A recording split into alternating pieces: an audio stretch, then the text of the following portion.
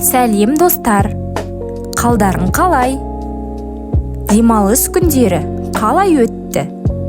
Мен жақсы демалдым. Демалыс күндері достармен кездестім. Ал сенің достарың көп пе? Олармен жиі кездесесің бе? Менің 3 досым бар. Олар Аян, Диана және Аслан. Біз жақсы доспыз. Біз бірге оқимыз.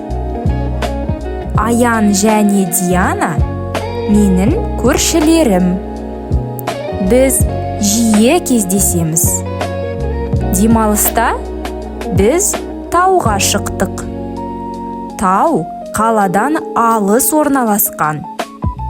Біз көлікпен бардық. Таудың жиегінде тоқтадық.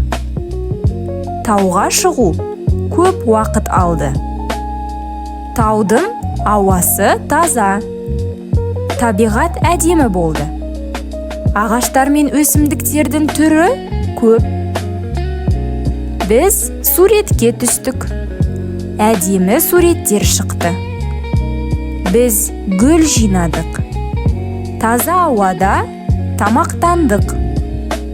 Мен ет пен бәліш дайындадым. Достарыммен бөлістім. Аян шай алып келді. Диана бізге гүлден тәж жасады. Демалыс көңілді өтті. Ал саған тауға шығу ұнайды ма?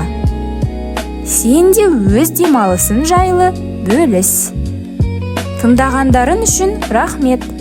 Сау болыңдар.